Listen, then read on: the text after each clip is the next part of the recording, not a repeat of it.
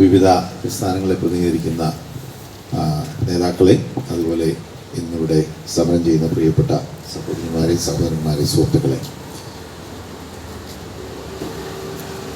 മുനമ്പം സമരം ഇന്ന് 100 ദിവസം പിന്നിട്ട് 101-ാം ദിനത്തിലേക്ക് കടന്നിരിക്കുകയാണ്. കഴിഞ്ഞ ദിവസം ശ്രീ ജോർജ് സെബാസ്റ്റ്യൻ എന്നെ വിളിച്ച് പറഞ്ഞു, ഈ 100 ദിവസം പിന്നിടുന്ന അവസരത്തിൽ ഇവിടെ ഒന്നുകൂടി പറഞ്ഞു. ഞങ്ങൾ ഏതാനും മാസങ്ങൾക്ക് മുമ്പ്, 2 മാസം മുമ്പ് ഇവിടെ വന്നിരുന്നു. പി ജെ ജോസഫ് സാറിൻ്റെ നേതൃത്വത്തിൽ ഞങ്ങൾ കേരള കോൺഗ്രസ് പാർട്ടിയെ പ്രതിനിധീകരിച്ച് ഞങ്ങൾ കുറേയേറെ പേർ ഇവിടെ വരികയും അന്ന് സംസാരിക്കുകയും ഐക്യദാർഢ്യം പ്രഖ്യാപിക്കുകയും എല്ലാം ചെയ്തതാണ്.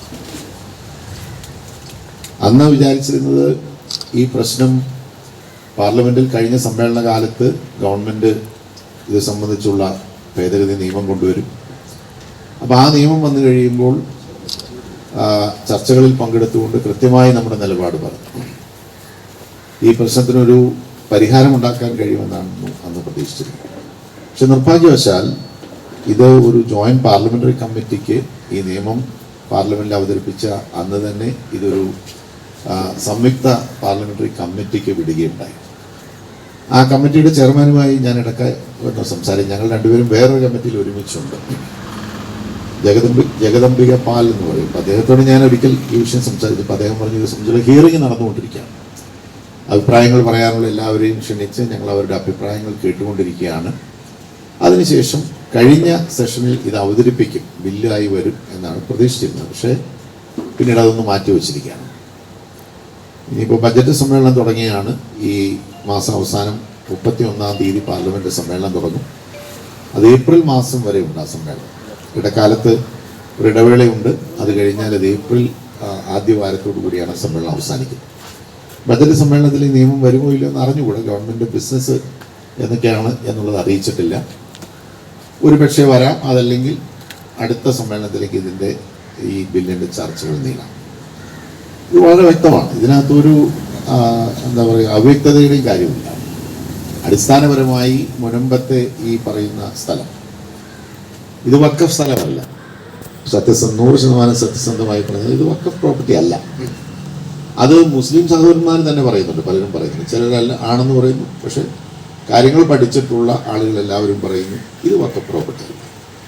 ചരിത്രമൊക്കെ എല്ലാവർക്കും അറിയുന്നത്, ഞങ്ങളെക്കാൾ കൂടുതൽ നന്നായിട്ട് അറിയുന്നവരാണ്. നിങ്ങൾ എത്രയോ കാലങ്ങളായി ഇവിടെ ജീവിക്കുന്നു. ഇതിൻ്റെ എല്ലാ വിവരങ്ങളും നിങ്ങൾക്കറിയാം. ഞാനത് ആവർത്തിക്കേണ്ടതായിരിക്കും. അപ്പം അങ്ങനെയുള്ള ഒരു സ്ഥലം എങ്ങനെയാണ് ഇപ്പോൾ വഖഫ് പ്രോപ്പർട്ടിയാണ് എന്ന് പറഞ്ഞുകൊണ്ടുള്ളൊരു അവകാശവാദമാണ്. അത് നിലവിലുള്ള നിയമത്തിലെ ഒരു പ്രശ്നമാണ്. 95-ലെ ഈ വഖഫ് നിയമത്തിൽ കൊണ്ടുവന്ന ഉള്ള വകുപ്പിൻ്റെ ഒരു പ്രശ്നമാണ്. അതിലെ 40-ാം വകുപ്പ് പ്രകാരം വഖഫ് ബോർഡ് ഏതെങ്കിലും ഒരു സ്ഥലം ഇത് വഖഫിൻ്റെതാണെന്ന് പറഞ്ഞാൽ അത് വഖഫായി മാറുന്നു എന്നുള്ള ഒരു പ്രശ്നമുണ്ട്. വളരെ ലളിതവൽക്കരിച്ച് ഞാൻ പറയും. പിന്നെ അതിനുള്ള ഏക ഒരു പോംവഴി അതിനോട് അഭിപ്രായ വ്യത്യാസം ഉണ്ടെങ്കിൽ പിന്നെ വഖഫ് ട്രൈബ്യൂണലിൽ പോകാമെന്നുള്ളതാണ്. ആ ട്രൈബ്യൂണലും പറയുകയാണെങ്കിൽ ഇത് വഖഫാണെന്ന് പറഞ്ഞാൽ പിന്നെ നമുക്ക് പോകാനൊരു ഇടമില്ലായി, നിലവിൽ ഇടമില്ല എന്നുള്ളതാണ് വസ്തുത. അതാണ് ഇപ്പോൾ ഈ പുതിയ ഭേദഗതി നിയമത്തിൽ മാറ്റം വരുന്നത്. ഈ 40-ാം വകുപ്പ് തന്നെ പുതിയ നിയമത്തിലില്ല. ആ വകുപ്പ് തന്നെ എടുത്തു പോകാം. അങ്ങനൊരു വകുപ്പില്ല. ഇനി വേറെ എന്തെങ്കിലും കാരണവശാൽ തർക്കം വന്നാൽ ഈ ട്രൈബ്യൂണൽ കൊണ്ട് ഇത് അവസാനിക്കും. നമുക്ക് കോടതിയിൽ പോകാനുള്ള അവകാശം. ഈ വിഷയത്തിൽ നിങ്ങൾ കോടതിയിൽ പോയിരുന്നു. സിംഗിൾ ബെഞ്ച് അനുകൂലമായിട്ടുള്ള വിധി തന്നു. അപ്പോൾ വഖഫ് ബോർഡ് ഡിവിഷൻ ബെഞ്ചിൽ പോയി ഡിവിഷൻ ബെഞ്ച് ഇപ്പോൾ സ്റ്റേ ചെയ്തിരിക്കുക. ഇതിനകത്ത് പറ്റിയതെന്ന് വെച്ചാൽ 2019 ഗവൺമെൻറ് ഈ സ്ഥലം വഖഫിൻ്റെ ആസ്തി പട്ടികയിൽ ഉൾപ്പെടുത്തി എന്നുള്ള ഒരു പ്രശ്നം നിലനിൽക്കുന്നു. പക്ഷെ എന്താണെങ്കിലും ഈ കാര്യത്തിൽ 2 കാര്യങ്ങളാണ് വ്യക്തത വേണ്ടത്. ഒന്ന്, ഇങ്ങനെ ഏകപക്ഷീയമായിട്ടുള്ള ഒരു പ്രഖ്യാപനത്തിലൂടെ ഏതെങ്കിലും ഒരു സ്ഥലം ഏറ്റെടുക്കാമോ? ഒരു സ്വാഭാവിക നീതിയുടെ പ്രശ്നമാണ്. പാടില്ല എന്നുള്ളതാണ് എൻ്റെയും എൻ്റെ പാർട്ടിയുടെയും നിലപാട്. ആരെന്ത് പറഞ്ഞാലും ഈ കാര്യത്തിൽ ഞങ്ങൾക്ക് വ്യക്തമായ കാഴ്ചപ്പാടുണ്ട്. അങ്ങനെ ഒരു ഏകപക്ഷീയമായി ഇന്ത്യ പോലെ ഒരു ജനാധിപത്യ രാജ്യത്ത് ഇങ്ങനൊരു ബോർഡിന് ഇതുപോലുള്ളൊരു അധികാരം നമ്മൾ മനസ്സിലാക്കണം. മുസ്ലിം രാഷ്ട്രങ്ങളിൽ പോലും ഇങ്ങനെ അധികാരമില്ല. സൗദി അറേബ്യയിൽ പോലും ഇങ്ങനെ അധികാരമില്ല. ഒരു സമ്മതിക്കില്ല. ഇല്ല, വഖഫില്ല. ഇനി എന്തെങ്കിലുമൊക്കെ ഇങ്ങനെയുള്ള ചാരിറ്റി പർപ്പസിന് വേണ്ടിയിട്ട് ഉണ്ടാക്കിയിട്ടുള്ള സമിതികൾക്ക് ഇങ്ങനെ ഒരു അധികാരം, ഇംഗ്ലീഷിൽ പറയും ഡ്രാക്കോണിയൻ ലോ എന്ന് പറയും. എന്ന് വെച്ച് കഴിഞ്ഞാൽ വളരെ നിർദ്ദയമായ നിയമത്തിനാണ് അങ്ങനെ വിശേഷണം പറയുന്നത്. ഇതങ്ങനെയുള്ള നിർദ്ദയമായ ഒരു വകുപ്പാണ് ഈ നിയമത്തിൽ ഉൾപ്പെടുത്തിയിട്ടുള്ളത്. ഇങ്ങനെ ഞങ്ങൾ ഏകപക്ഷീയമായി ഇത് ഏറ്റെടുത്തു അല്ലെങ്കിൽ ഞങ്ങളുടേതാണെന്ന് പറഞ്ഞാൽ പിന്നെ ഇത് ആർക്കും ചോദ്യം ചെയ്യാൻ വയ്യ എന്നുള്ളൊരു നിയമം ഇന്ത്യ പോലെ 75 വർഷമായി ജനാധിപത്യം നിലനിൽക്കുന്ന ഒരു രാജ്യത്ത് അങ്ങനെയുള്ള നിയമം പാടില്ല. അത് മാറ്റണമെന്ന് തന്നെയാണ് നമ്മുടെ വ്യക്തമായിട്ടുള്ള അഭിപ്രായം. അതിനകത്ത് ഒരു മാറ്റവും വരില്ല. പാർലമെന്റിൽ കൃത്യമായി ഈ കാര്യം പറഞ്ഞിരിക്കും, ഒരു മാറ്റവും അതിനകത്തുണ്ടാവില്ല. മറ്റൊന്ന് അപ്പീൽ പ്രൊവിഷൻ. നമുക്കിവിടെ നമ്മുടെ കോടതി സംവിധാനങ്ങൾ അറിയാം. നമുക്ക് സുപ്രീം കോടതി വരെ ഏത് കാര്യത്തിലും നമുക്ക് അപ്പീൽ പോകാനുള്ള അവകാശം നമുക്കുണ്ട്. ഇത് ട്രൈബ്യൂണൽ കൊണ്ട് ഇതിൻ്റെ ഈ പറയുന്ന അപ്പീൽ പോകാനുള്ള അവകാശം തീർന്നു എന്ന് പറയുന്ന ഏർപ്പാടുകൾ നമുക്ക് യോജിക്കാൻ കഴിയില്ല. കോടതിയുണ്ട്, ട്രൈബ്യൂണൽ തീരുമാനിച്ചാൽ ആ തീരുമാനം ന്യായവും യുക്തമാണെന്ന് നമുക്ക് തോന്നിയാൽ ഓക്കെ. അതല്ലെങ്കിൽ അതിനപ്പുറം നമുക്ക് പോകാനുള്ള ഒരു സംവിധാനം വേണം. അതാണ് ഇപ്പോൾ ഈ പുതിയ നിയമത്തിൽ വരുന്നത്. അതായത് നമുക്ക് ഹൈക്കോടതിയിൽ അപ്പീൽ കൊടുക്കാം, ആ അപ്പീലിൽ ന്യായമായ തീരുമാനം ഉണ്ടാകാൻ വേണ്ടി നമുക്ക് വാദിക്കാം. ഹൈക്കോടതിയിൽ പോകണമെങ്കിൽ സ്വാഭാവികമായിട്ട് സുപ്രീം കോടതിയിൽ പോകാൻ കഴിയും. അപ്പോൾ ഈ രണ്ട് കാര്യങ്ങളിലാണ് ഏറ്റവും പ്രധാനമായി ഒരു മാറ്റം ഉണ്ടാകേണ്ടത്. അതാണ് ഈ നിയമത്തിൽ വ്യവസ്ഥ ചെയ്തിട്ടുള്ളത്. അതിനോട് 100% ഒരു ജനപ്രതിനിധി എന്നുള്ള നിലയിൽ, അതുപോലെ തന്നെ ഒരു രാഷ്ട്രീയ പാർട്ടിയുടെ പ്രതിനിധി എന്നുള്ള നിലയിൽ ഞാൻ യോജിക്കുന്നു. എൻ്റെയും എൻ്റെ പാർട്ടിയുടെയും വ്യക്തമായ സുവ്യക്തമായിട്ടുള്ള നിലപാട് അതാണ്. ആ നിലപാട് ഞങ്ങൾ പാർലമെൻറ്റിൽ ഈ നിയമം ചർച്ചയ്ക്ക് വരുന്നത് വ്യക്തമാക്കിയിരിക്കും. അത് നമ്മൾ പിന്തുണച്ചിരിക്കുക, യാതൊരു സംശയക്കാര്യത്തില്ല. കാരണം അതൊരു നീതിയുടെ പ്രശ്നമാണ്. നമ്മൾ ആർക്കും എതിരായിട്ടില്ല, നമ്മൾ ആർക്കും എതിരല്ല. നമ്മളെ സംബന്ധിച്ചിടത്തോളം നമ്മുടെ രാജ്യം എന്ന് പറയുന്നത് ഇത്ര വൈവിധ്യമാർന്നൊരു രാജ്യം ലോകത്തുണ്ട്. വിവിധ ജാതി മത വിഭാഗങ്ങൾ, വിവിധ വിശ്വാസങ്ങൾ, വിവിധ ആചാരമര്യാദകൾ, ഇതെല്ലാം പാലിച്ച് സന്തോഷമായി കഴിഞ്ഞു പോകുന്ന ഒരു രാജ്യമാണ് നമ്മുടെ. അപ്പം അങ്ങനെയുള്ളൊരു രാജ്യത്ത് ഇങ്ങനെയുള്ളൊരു ഏകപക്ഷീയമായിട്ടുള്ള നിയമം, ഇപ്പോൾ വഖഫിൻ്റെ പ്രശ്നം എന്ന് പറഞ്ഞാൽ ഇത് ഈ രാജ്യത്തെ അല്ലെങ്കിൽ നമ്മുടെ ഈ നാട്ടിലെ ക്രൈസ്തവരെയോ അല്ലെങ്കിൽ ഹൈന്ദവരെയോ മാത്രം ബാധിക്കുന്ന ഒരു വിഷയമാണ്. എത്രയോ മുസ്ലിം സഹോദരങ്ങൾ വഖഫിനെതിരെ പരാതിയുമായി നിൽക്കുന്നു. അവർക്കും ഇതുപോലുള്ള ക്രൂരമായ എന്താ പറയുക ഒരുതരം ഏകപക്ഷീയമായ നിലപാടുകളെ നേരിടേണ്ടതായി വന്നിട്ടുണ്ട്. പരാതി ഏതെങ്കിലും 1-2 സമുദായത്തിൻ്റെ ഭാഗത്ത് മാത്രമല്ല, അടിസ്ഥാനപരമായി മുസ്ലിം സമുദായത്തിന് ഗുരുതരമായ പരാതികളുണ്ട്. ഇന്ത്യയിൽ പറയുമ്പോൾ ഏതാണ്ട് 10 ലക്ഷം ഏക്കറിലേറെ വഖഫ് ഭൂമിയുണ്ട്. കേരളത്തിൽ ഏതാണ്ട് 83,000 ഏക്കർ ഉണ്ടെന്നാണ് ഞാൻ മനസ്സിലാക്കുന്നത്, റഫ് കണക്ക് പറയും. അതിലൊക്കെ തർക്കങ്ങളും പ്രശ്നങ്ങളും ഉണ്ട്. അപ്പം അങ്ങനെയുള്ള ഒരു ഏകപക്ഷീയമായിട്ടൊരു നിലപാട് പാടില്ല എന്നുള്ളതാണ് ഇന്നിപ്പോൾ കൊണ്ടുവന്നിട്ടുള്ള ഈ നിയമനിർമ്മാണത്തിലെ വ്യവസ്ഥ. അതിനപ്പുറം പിന്നെ ഇപ്പം വഖഫ് ബോർഡിൽ മറ്റ് മതസ്ഥർ വേണം, അതൊന്നും വേണ്ട, അതിൻ്റെയൊന്നും ആവശ്യമില്ല. അതൊന്നും നമ്മൾ പറയുന്നില്ല. വഖഫ് ബോർഡിൽ ആ മുസ്ലിം സമുദായത്തിൽപ്പെട്ടവർ തന്നെ ഇരുന്നവരോട്ടെ, നമുക്ക് കേസും വഴക്കുണ്ട്, അതിനകത്ത് അഭിപ്രായ വ്യത്യാസമൊന്നുമില്ല. അല്ലെങ്കിൽ മറ്റ് മതസ്ഥർക്ക് അതിനകത്ത് കയറിയിരിക്കണമെന്ന് നിർബന്ധവുമില്ല. അതൊന്നും അല്ല വിഷയം. ഇവിടെ കാതലായിട്ടുള്ള വിഷയം എന്ന് പറയുന്നത് ഒരു സ്വാഭാവിക നീതിയുടെ പ്രശ്നമാണ്. ഇവിടുത്തെ ജനങ്ങൾക്ക്, നമ്മൾ ഈ രാജ്യത്ത് ജനിച്ചു വളർന്ന് ഇവിടെ എന്താ പറയുക, ഇതിൻ്റെ ഈ മണ്ണിൻ്റെ ഭാഗമാകേണ്ട നമുക്ക് എല്ലാവരെയും പോലെ സ്വാഭാവിക നീതി അത് ഉറപ്പാക്കണമെന്നുള്ളതാണ്. ആ നീതി ഉറപ്പാക്കാനുള്ള നടപടി, അതിൽ മായം ചേർക്കാൻ പാടില്ല, വെള്ളം ചേർക്കാൻ പാടില്ല.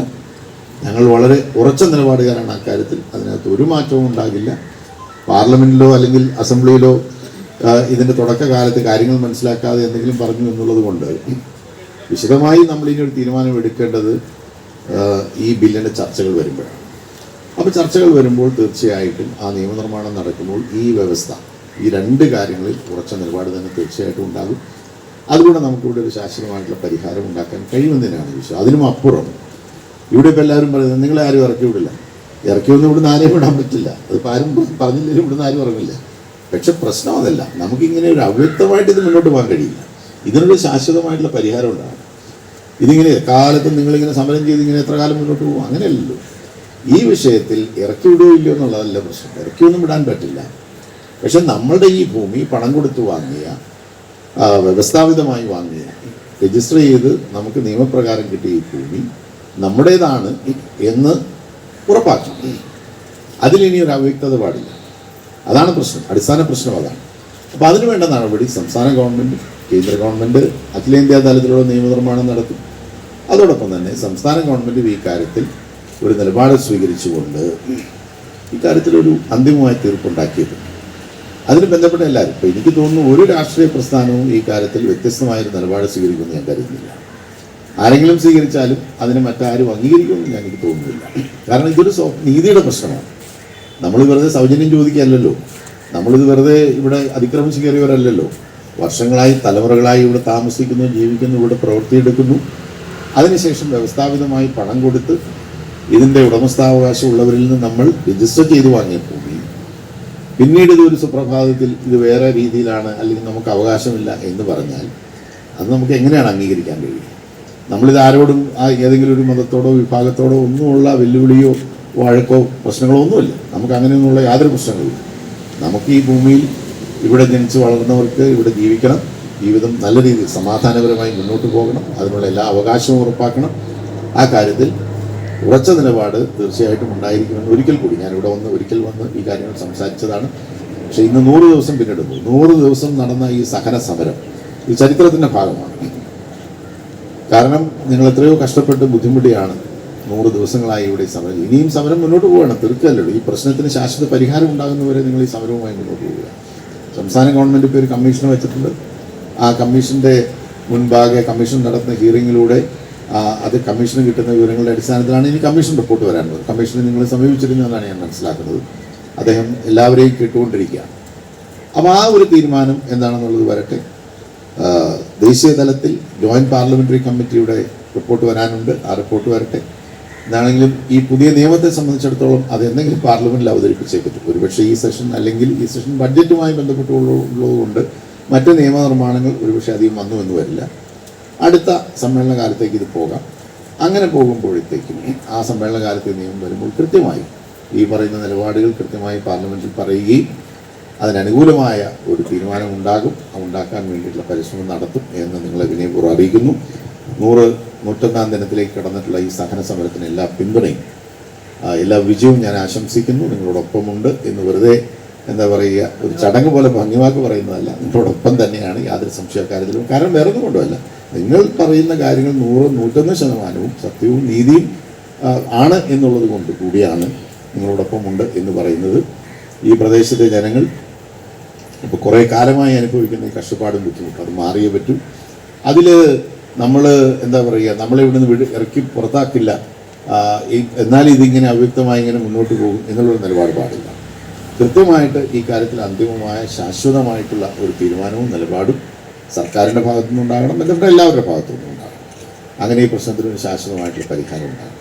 അങ്ങനെ പരിഹാരം ഉണ്ടാകുന്നത് വരെ ഞങ്ങളെല്ലാവരും നിങ്ങളോടൊപ്പമുണ്ട് എന്ന് വിനയപൂർവ്വം നിങ്ങളെ അറിയിച്ചുകൊണ്ട് എല്ലാവരെയും വളരെ സ്നേഹപൂർവ്വം അഭിവാദ്യം ചെയ്തുകൊണ്ട് ഈ പ്രശ്നത്തിനൊരു പരിഹാരം എത്രയും വേഗം ഉണ്ടാകട്ടെ, അതിന് വേണ്ട ദൈവാനുഗ്രഹം ഈശ്വരാനുഗ്രഹം ഉണ്ടാകട്ടെ എന്ന് പ്രാർത്ഥിച്ചുകൊണ്ട് എല്ലാവരെയും ഒരിക്കൽ കൂടി അഭിവാദ്യം ചെയ്തുകൊണ്ട് ഞാൻ എൻ്റെ എളിയ വാക്കുകൾ ചുരുക്കുന്നു. എല്ലാവർക്കും നമസ്കാരം.